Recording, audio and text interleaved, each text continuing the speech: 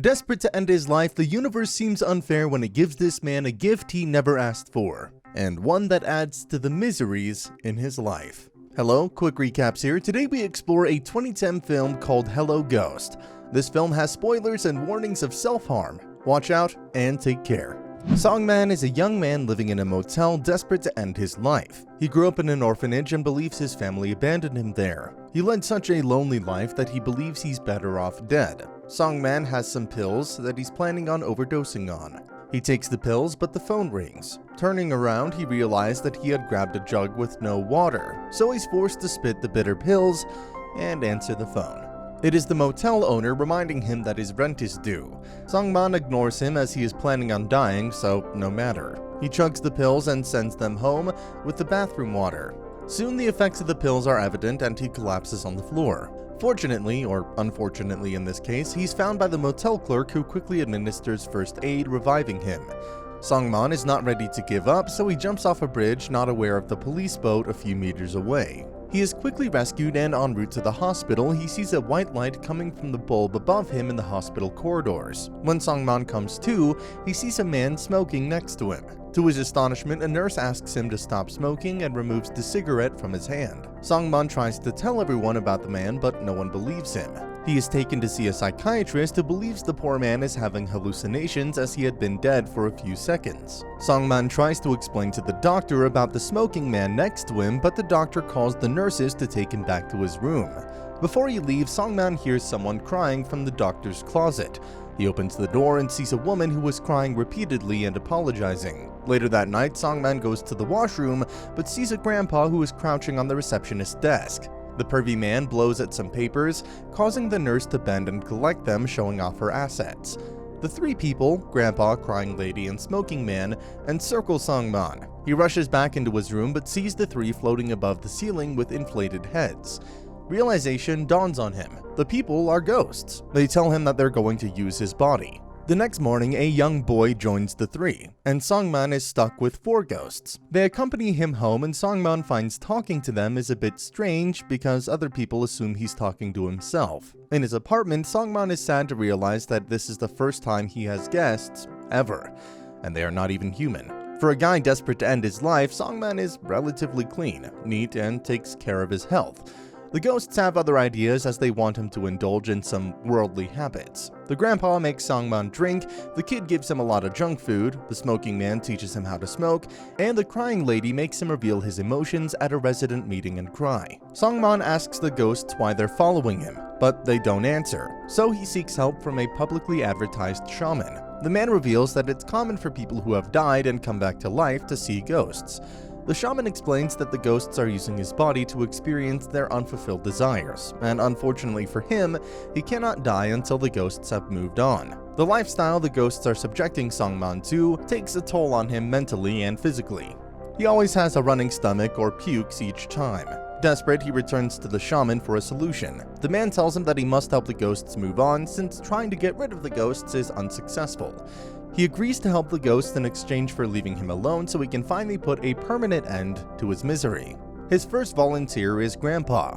Grandpa wants to return a camera to his friend. The two visit most camera shops in the city, but the old man cannot find the camera he wants. Songman asks the old man why, and the man replies he wants a very specific camera, and he already knows who has it. Songman is angry at Grandpa for having wasted his day, but Grandpa reveals that ghosts can only answer questions, not willingly fully provide information.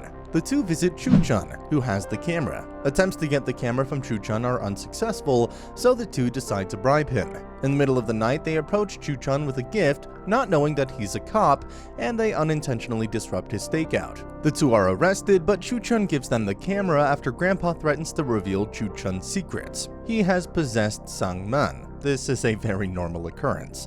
Songman takes the camera to Grandpa's friend called Han-soo, who is at a hospital. A beautiful nurse, Jun Yun-soo, comes to check on Pan-soo, and Songman is smitten. Grandpa notices this and possesses Songman so he can ask the nurse out, but Yun-soo just ignores him. Yun-soo is a compassionate woman who has trouble with his ailing father because he prefers being on the rooftop gambling with his friends. She also takes care of a very sick boy. The next ghost is the kid who wants to watch the latest giant robot cartoon. In the theater, Sangman encounters Yu-soo, who has brought the sick boy out. The two talk for a minute before entering the theater. Sangman and the kid have such a great time enjoying the movie. Outside, Yun-soo leaves the sick boy for a minute to use the restroom. The kid possesses Sangman and makes the sick boy give him candy. Yun-soo returns soon and is disappointed in Sangman. Sangman follows Yun-soo to the restaurant, where the kid makes him eat multiple plates of noodles. This is a marvelous sight for the sick boy, but Sangman throws up in the bathroom. Before leaving, Yun-soo explains that the sick kid cannot eat a lot because of his anti-cancer medication, hence his excitement at his eating. The adults notice a dart store in the corner and approach it. Sangman wants to give the huge fish candy to the sick kid, but the ghost is angry at that and calls him aside for a talk. Yun-soo overhears the one-sided argument and says they do not want the candy before leaving for the hospital. While walking home, Sangman sees a toy store with huge sales and decides to do something. In the hospital, Yun-soo's father's health is deteriorating and this feels like a burden to the poor woman. Sangman helps the smoking man fulfill his wishes, which are to get a taxi from a nearby parking lot.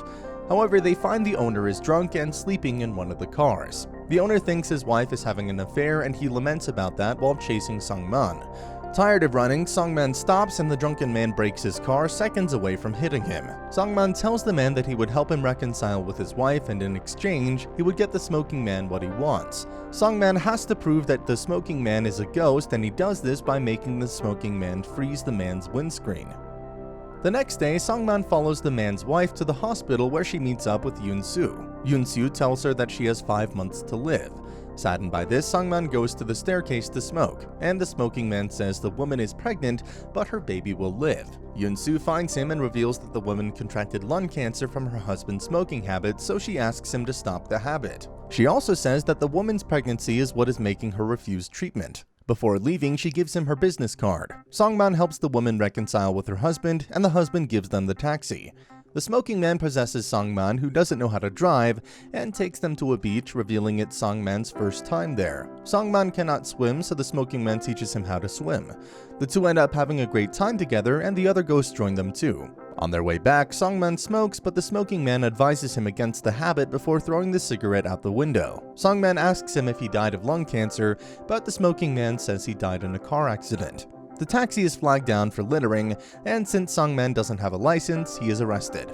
In the station, he baffles the police with his two-faced personality, and they ask him to call someone. The only person he can call is Yun-soo. Yun-soo reaches the station and finds Sangman engaged in a monologue, saying how he has nobody in his life. She tenderly listens to his heart, shocking him. Sangman had purchased many videos in the toy store that was closing down, and he has these in the taxi. After Yun-soo drops him off, he gives her the heavy box. The smoking man tells him it is rude to let a woman carry a heavy box, so he takes her to the bus stop. As the bus leaves, he chases after it and sits with Yun-soo. Yun-soo reveals she is the opposite of him. She has a family, but it is a burden to her. Sangman returns the gesture and listens to her heart. When he gets home and sees the shoes of the ghosts at his house, he feels how nice it must be to have someone to come home to. Finally, the crying woman wants to make food for her loved ones, that is the ghosts, Sangman, and she asks him to invite Yun-soo. Yun-soo and Sangman are conversing when her father approaches them, asking if anything is going on between the two of them. Yun-soo is angry and snaps at her father, but when Sangman tells her not to yell at her father, Yun-soo tells him his idea of a family is a fantasy. That night, Sangman is visited by Yun-soo's father, who has died, and has a message for her daughter. Sangman approaches Yun-soo at the funeral, but she is skeptical and reveals her father had left them when she was young, and she had to watch her mother die alone. Later, Ponsu gives Yun-soo the camera, asking him to return it to Sangman. She ultimately joins him for dinner. Any question she asked is answered by one of the ghosts, and she asks Sangman who he is. The answer spooks him, and he tells her that her father had left him a gift at their spot. This is too much for her, and she leaves. Sangman tells the ghost to leave him alone as he had fulfilled their wishes. The next morning, the ghosts are gone. Sangman visits the store and buys some stuff, lighting them in his car so he can die. Yun-soo's face keeps flashing in his mind, so he aborts his mission and asks her for lunch. While eating, he learns that the sick boy had passed and that he had suffered amnesia after an extreme shock. When Yun-soo remarks about the parsley in the dish, Sangman remarks that his mother used parsley instead of spinach. He freezes at this as his memories come back to him. It turns out that the ghosts were his family. His grandfather, the smoking man his father, the crying lady his mother, and the kid his older brother. The wishes they had were the wishes they wanted for him. His older brother protected him from candy-stealing bullies and promised to take him to the movies. His mother wanted to make food for the family, and his father wanted him to see the beach, causing his grandfather to take the camera from their neighbor Pansu. On their way, they got into an accident that killed everyone except for him. He reaches his apartment and calls to them. They appear and confirm his memories, thank him for remembering them, reveal they had drunk his water in the first scene, and assure him he's not alone. A series of photos taken of Sangman shows the ghosts have always been there, and also appear in his wedding photos with Yoon-soo, and the birth of his son. As the film ends, Yoon-soo finds the photos and wonders how he is alone in all of them. Sangman is shocked when his son asks about the people standing next to him, realizing his son can see ghosts too. That's an amazing end to a depressing story. But wait, have you checked out Identity? A group of people find themselves stranded in a motel after a storm floods the roads on each end. While they all have different personalities and life choices, something is awfully similar, and they discover this after they start dying, one after another. This is a story that will leave your mind buzzing with excitement and anticipation. Also, subscribe to this channel for more recaps of your favorite movies. See you next time, and take care.